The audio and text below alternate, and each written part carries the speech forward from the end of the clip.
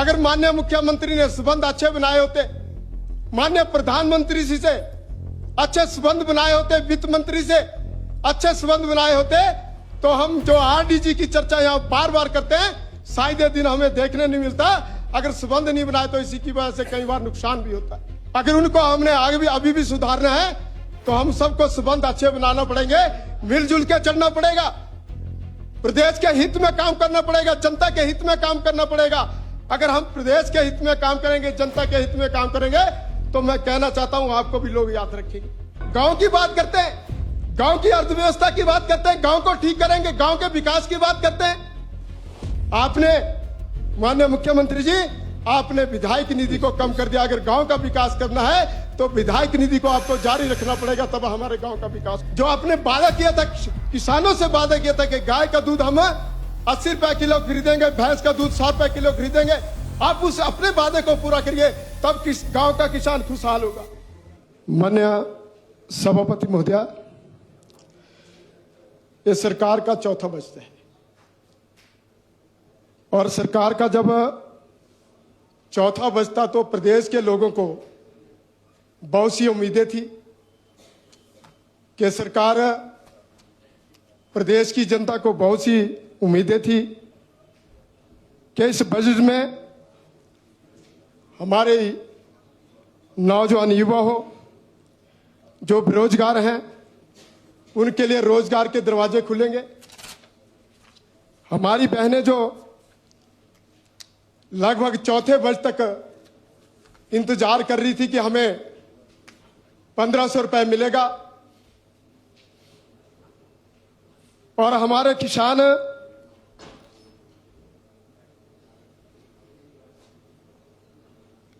को लगता था कि हमारे लिए भी सरकार कुछ ना कुछ करेगी। पर सही में इस सरकार ने चौथे बजट में भी कुछ नहीं किया, प्रदेश की जनता को कुछ भी नहीं दिया। चाहे नौजवानों की बात हो, चाहे बहनों की बात हो, चाहे किसानों की बात हो, अगर सबको काम किया तो ठगने का काम किया इस चौथे बजट में। और माननीय अध्यक्ष महोदया, मैं भी कहना चाहता हूं कि इस बजट में कोई ठोस या कोई स्पष्ट दिशा दिखाई नहीं देती है, जिससे साफ होता है कि सरकार जनता के देने के बजाय आंकड़ों के जरिए स्थिति को छुपाने की कोशिश कर रही है। मैं कहना चाहता हूं, इस सरकार के घटते बजट के आकार को, जबकि 2025 और 26 में जब सरकार ने बजट पेश किया था तो 58,514 करोड़ रुपए का बजट पेश किया था, और अब की बार 2026 और 2027 में जो इस सरकार ने बजट पेश किया वो 53,928 करोड़ का बजट पेश किया। जब फाइनेंस सेक्रेटरी कह रहे थे, ठाकुर साहब, अपनी ये तो आगे सारे पॉइंट ना, अपनी कॉन्स्टिट्यूंसी के जो रेलेवेंट पॉइंट्स है वो बोलो फटाफट। थोड़ा सा बस हो गया। जब फाइनेंस सेक्रेटरी कह रहे थे कि प्रदेश की वित्तीय स्थिति ठीक नहीं है, हम कर्मचारियों को सैलरी देने के हमारे पास पैसा नहीं है, तो मैं कहना चाहता हूं कि इस सरकार ने फिर लोगों को जो प्रयास किया, बजट में प्रयास किया कि हम कुछ ना कुछ दे रहे हैं। मैं तो केंद्र की सरकार का आभार व्यक्त करना चाहता हूं, धन्यवाद करना चाहता हूं।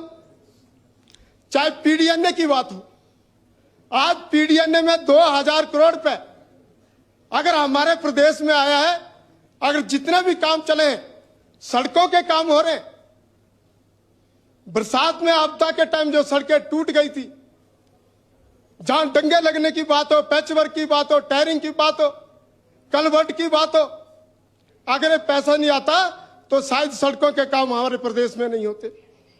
इसलिए मैं केंद्र की सरकार का आभार व्यक्त करना चाहता हूं, धन्यवाद करना चाहता हूं।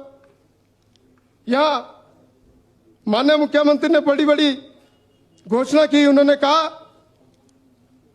कहा था कि हम हिमाचल के लोग हैं, पहाड़ के लोग हैं और हमारा इरादा भी पहाड़ जैसा है और हमारा हौसला भी पहाड़ से ऊंचा है।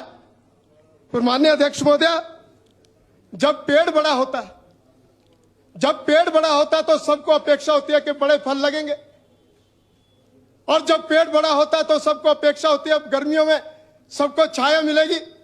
पर मैं कहना चाहता हूं, आज इसके विपरीत इन परिस्थितियों में माननीय मुख्यमंत्री ने जो सारी बातें यहां रखी हैं, मैं भी कहना चाहता हूं, अगर माननीय मुख्यमंत्री ने संबंध अच्छे बनाए होते, माननीय प्रधानमंत्री जी से अच्छे संबंध बनाए होते, वित्त मंत्री से अच्छे संबंध बनाए होते, तो हम जो आरडीजी की चर्चा यहां बार बार करते हैं, शायद ये दिन हमें देखने नहीं मिलता। अगर संबंध नहीं बनाए तो इसी की वजह से कई बार नुकसान भी होता है। जान के नहीं किया, आपने प्रयास ही नहीं किया, उनसे बात रखने का प्रयास नहीं किया, प्रधानमंत्री से, वित्त मंत्री से, वित्त मंत्री से अपनी बात रखने का प्रयास नहीं किया। अगर ठीक से बात करते तो शायद अच्छा होता। इसलिए मैं कहना चाहता हूं, जो छोटी मोटी कठिनाइयां आई हैं, प्लीज जो कठिनाइयां आई हैं, अगर उनको हमने आगे भी अभी भी सुधारना है तो हम सबको संबंध अच्छे बनाना पड़ेंगे, मिलजुल के चलना पड़ेगा, प्रदेश के हित में काम करना पड़ेगा, जनता के हित में काम करना पड़ेगा। अगर हम प्रदेश के हित में काम करेंगे, जनता के हित में काम करेंगे, तो मैं कहना चाहता हूं आपको भी लोग याद रखेंगे। इसलिए मैं कहना चाहता हूं कि इन सब बातों का हम सबको ध्यान रखना चाहिए। और दूसरा, माननीय अध्यक्ष महोदय, यहां आदर्श स्वास्थ्य स्थान की बात हुई। पिछले वर्ष में भी कहा था कि हर विधानसभा में आदर्श स्वास्थ्य स्थान खोले जाएंगे, उसमें 6 स्पेशल डॉक्टर होंगे, एमआरआई वहां लगाया जाएगा, सीटी स्कैन की मशीन होगी और अनेकों प्रकार के टेस्ट वहां होंगे। आज मैं इस बात को कहना चाहता हूं, मेरे क्षेत्र में सरकाघाट, मैं पूछना चाहता हूं माननीय मुख्यमंत्री से, स्वास्थ्य मंत्री यहां बैठे, मेरा क्षेत्र एक सैनिक क्षेत्र है, पर कहां गया वो स्वास्थ्य आदर्श संस्थान? मेरे क्षेत्र में तो आपने उसको खोला ही नहीं। कौन सा हॉस्पिटल, सरकाघाट का हॉस्पिटल हो, चाहे जमनी का हो, चाहे बुलदौड़ा का हॉस्पिटल हो, आपने उसको उस दर्जा देने का प्रयास ही नहीं किया। बार बार कहते हैं आप डॉक्टर भेजते हैं, स्पेशल डॉक्टर भेजते हैं, डॉक्टर भेजने के बाद 2 महीने के बाद उनकी ट्रांसफर हो जाती है। आज भी 2 वर्षों से सरकाघाट में अल्ट्रासाउंड का डॉक्टर नहीं है जो अल्ट्रासाउंड करता है। आज भी सरकाघाट में ब्लड बैंक नहीं है, वहां अनेकों पोस्टें खाली है। बुलदौड़ा में डॉक्टरों का अभाव है। जमनी हॉस्पिटल में जो सीएचसी है, वहां 1 डॉक्टर है, 1 डॉक्टर के मात्र वह हॉस्पिटल चला हुआ। इसलिए माननीय अध्यक्ष महोदय, मैं आपके माध्यम से ये सारी बातें यहां रखना चाहता हूं और मेरा आपसे निवेदन है कि इन बातों की, हम पशुपालन क्षेत्र की बात करते हैं, हम कहते हैं कि हमने 734 करोड़ रुपए यहां इसके लिए प्रस्तावित किया है कि हम इसमें बजट का प्रावधान किया है। हम कहते हैं कि राजीव गांधी प्राकृतिक खेती खुशहाल किसान योजना के माध्यम से एमएसपी की बात करते हैं, हम मक्की के रेट की बात करते हैं, मक्की के आटे की बात करते हैं। गांव में मक्की 30 और 40 रुपए में बिकती है, हम सोसाइटी के माध्यम से उसको, उस आटे को 50 रुपए बेचने का प्रयास करते हैं, जबकि उसको कोई खरीदना नहीं चाहता है, क्योंकि हमारे प्रदेश में मक्की पैदा होती है। आपने कहा कि हम हल्दी की बात करते हैं, हम हल्दी के रेट हमने 90 से हमने 150 कर दिया, उसकी बात करते हैं। खरीदा कितने लोगों ने हल्दी? 1 वर्ष में आपने पिछले वर्ष में कहा था कि इस वर्ष हम हल्दी का एमएसपी रेट तय करेंगे और किसानों को फायदा होगा। 61 लोगों ने 1 वर्ष में हल्दी खरीदी। मैं ये भी कहना चाहता हूं कि कितना फायदा किसानों ने किया। आप गांव की बात करते हैं, गांव की अर्थव्यवस्था की बात करते हैं, गांव को ठीक करेंगे, गांव के विकास की बात करते हैं। आपने माननीय मुख्यमंत्री जी, आपने विधायक निधि को कम कर दिया। अगर गांव का विकास करना है तो विधायक निधि को आपको जारी रखना पड़ेगा, तब हमारे गांव का विकास होगा। इसलिए मैं आपसे कहना चाहता हूं, ऐसी अनेकों प्रकार की बातें, गांव की अर्थव्यवस्था को सुधारना, तो उसके लिए हमें, आपने दूध के रेट बढ़ाए, आपने 51 रुपए से 61 कर दिया, लोकेंद्र 61 जी ने पैसे ये पॉइंट लोकेंद्र जी ने कत्तर कर दिया। बहुत अच्छा पॉइंट बनाया। मैं इसलिए कहना चाहता हूं, आज भी गांव में जो दूध बिक रहा है, भैंस का दूध 80 रुपए बिक रहा है और गाय का दूध 70 रुपए किलो बिक रहा है। आज भी इसके रेट ऐसे हैं। अगर आपने बढ़ाना है, जो आपने वादा किया था, किसानों से वादा किया था कि गाय का दूध हम 80 रुपए किलो खरीदेंगे, भैंस का दूध 100 रुपए किलो खरीदेंगे, आप उस अपने वादे को पूरा करिए, तब गांव का किसान खुशहाल होगा। ये मैं आपके माध्यम से माननीय अध्यक्ष महोदय कहना चाहता हूं कि हम किसानों की चिंता करते हैं, हम गांव की बात करते हैं। आज प्रदेश में, हमारे यहां प्रदेश में, हिमाचल में सीमेंट के कारखाने, अब जब जयराम ठाकुर की सरकार थी तो आपकी तरफ से आरोप लगते थे कि सीमेंट महंगा हो गया, सीमेंट महंगा हो गया। आपने जब से आपकी सरकार आई है, आपने कितने रेट सीमेंट के बढ़ाए, प्लीज कितना महंगा सीमेंट किया है, ये भी बात मैं आपके माध्यम से कहना चाहता हूं। अगर आपने जो फैसला लिया कि आप वृद्धा महिला और अपंग बच्चे जो भी हैं, अनाथ बच्चे, उनके लिए हम 5 रुपए डीजल पे बैट लगा के उनको खुशहाल करना चाहते हैं, उनको आगे बढ़ाना चाहते हैं। पर माननीय मुख्यमंत्री जी, मैं आपके माध्यम से कहना चाहता हूं, पहले भी आपने 7 रुपए बढ़ाए, आते ही आपने 7 रुपए बढ़ाए और फिर आपने 5 रुपए दोबारा से बढ़ाने का प्रयास किया है। इसलिए मैं आपसे कहना चाहता हूं, इन सारी बातों का ध्यान रखें।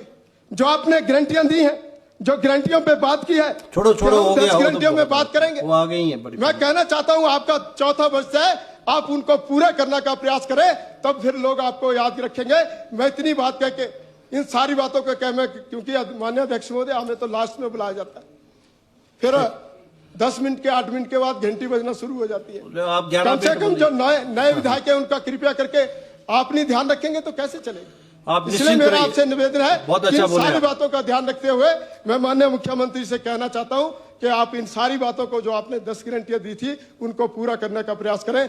इतनी बात कहना चाहता हूं। और जो माननीय मुख्यमंत्री ने बजट पेश किया है, मैं इससे बिल्कुल असहमत हूं, मैं इसका समर्थन नहीं कर सकता हूं। ये बात मैं कहना चाहता हूं। आपने मुझे बोलने का मौका दिया, आपका बहुत बहुत धन्यवाद। Thank you.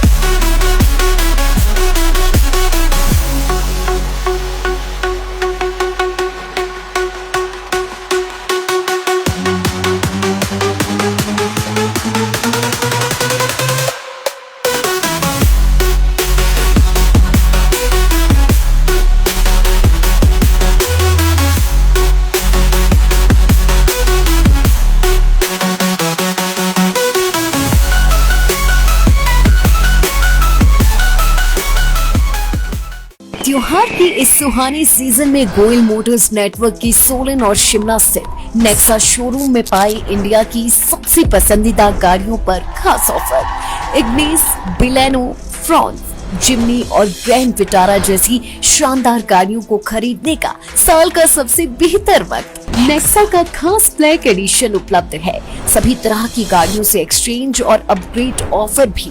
तो देर किस बात की, आज ही सोलन या शिमला में गोयल मोटर्स के नेक्सा शोरूम में पधारे और पाएं कार खरीदारी का एक कभी ना भूलने वाला सुखद अनुभव।